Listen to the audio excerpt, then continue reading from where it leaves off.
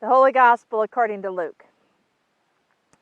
Now on that same day, 2 of them were going to a village called Emmaus, about 7 miles from Jerusalem, and talking with each other about these things that had happened. While they were talking and discussing, Jesus himself came near and went with them. But their eyes were kept from recognizing him. And he said to them, "What are you discussing with each other while you walk along?" And they stood still, looking sad.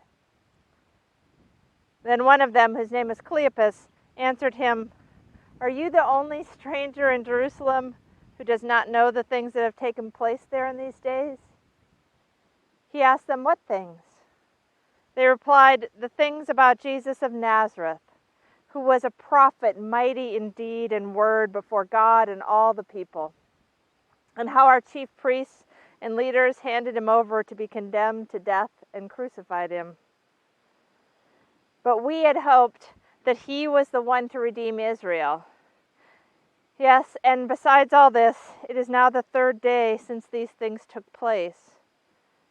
Moreover, some of the women of the group astounded us.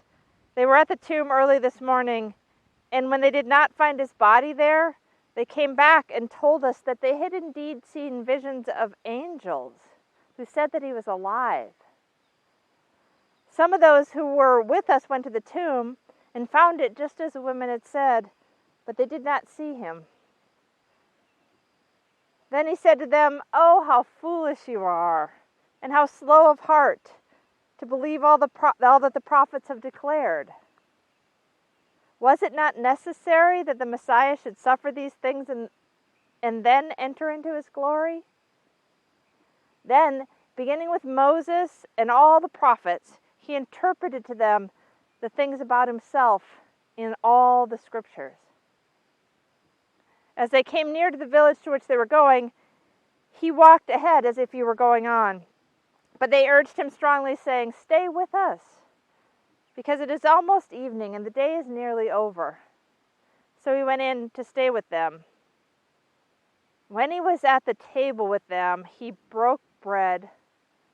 He took bread, blessed it, and broke it, and gave it to them. Then their eyes were opened, and they recognized him, and he vanished from their sight. They said to each other, "Were not our hearts burning within us while he was talking to us on the road, while he was opening the scriptures to us?" That same hour they got up and returned to Jerusalem, and they found the 11 and their companions gathered together. They were saying, "The Lord has risen indeed, and he has appeared to Simon." Then they told what had happened on the road, and how he had been made known to them in the breaking of the bread. This is the gospel of the Lord. I love this story in Luke of Jesus meeting the disciples on the road to Emmaus. I love it for many reasons. One is that these disciples are people we've never heard of before or since. We tend to think of Jesus' disciples as very famous people. Peter and John and even Judas, people we know 2,000 years later in history. But Cleopas and another one who's not even named, there were many disciples, many followers of Jesus. They were just people. They didn't become famous. They could be us. I also love the description of when the stranger asked them what they were discussing, and they didn't answer right away. They just stopped, and it says they stood still, looking sad. And then they politely started to explain, "Really, you haven't heard? It seems like everyone in the city would have heard about the popular rabbi, his arrest, trial, and execution. He was a prophet. We thought he was the Messiah. But now, after 3 days, it seems he's really dead.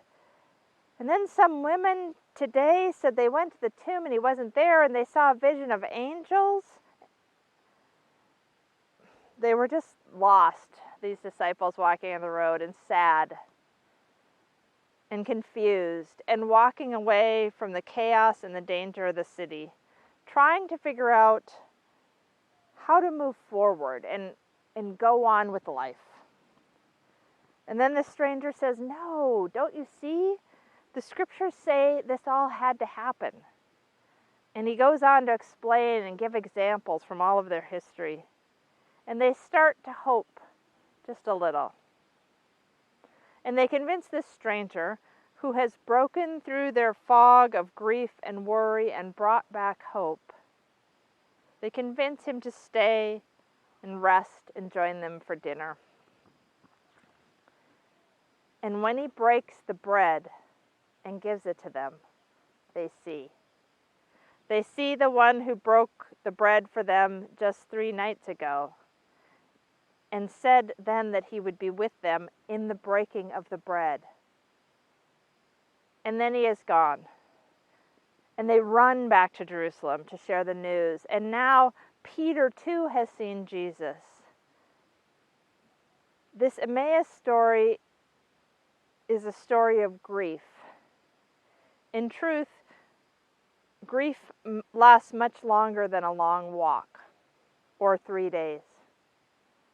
But this story resonates because we see in it how grief works, and we know that pattern. First, there's pain, just pain. Then fog and confusion. There's the not believing that it's real when you lose someone. And then there's the forgetting that it's real. Waking up and forgetting that the world is not normal anymore. And then there's the not knowing how to put one foot in front of the next. How do you make breakfast? Go to work? How do you bear the unbearable pain of your heart breaking? In the Emmaus story, the story of the disciples who could be anyone, who could be us, this all happens in one long, slow walk.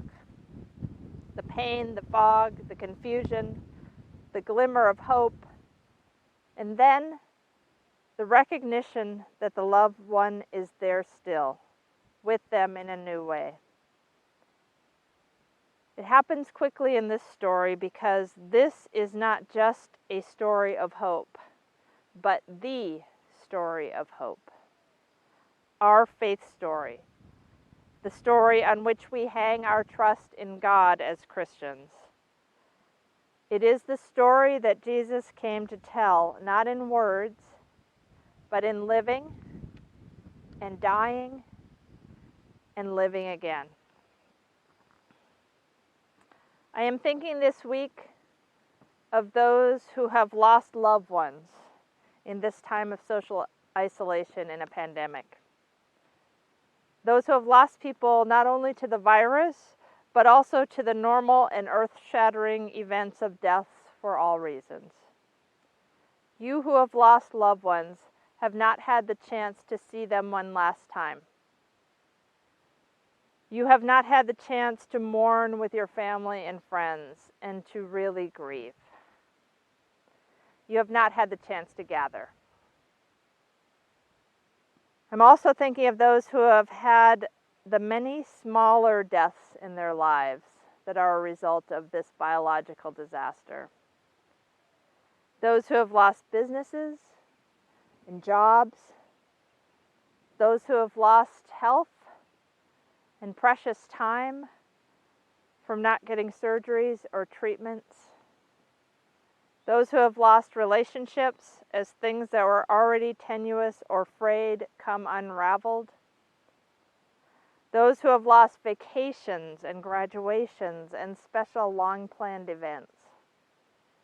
Or who had plans to move or change jobs or buy a home. Things and timelines that cannot ever fully be recovered, at least not in the same way. Into all of these deaths, big and catastrophic and small but painfully real, speaks the story of the road to Emmaus. First, you may just stop, stand still, and look sad. And then you may summon up the duty to do normal things like conversation. And then, unexpectedly, someday, maybe soon or maybe long in the future, you will be surprised by hope. Hope that perhaps things might yet be okay. And then, even more unexpectedly, you will be surprised by joy. You will find that seeing an image of the one you've lost brings you comfort and joy. Or hearing a new way for a way to celebrate the thing that you missed or lost. And also in the normal things, conversations, meals, hope and joy will show up unbidden and unexpected. Death and resurrection is the story Jesus came to tell and came back to tell and comes back to tell. In the bread, in each other, in the seeds that grow into flowers, in songs that creep back into our minds and we find ourselves singing before we even realize. That's it. That's Easter. Easter is coming. Easter has happened. Easter is here. Amen.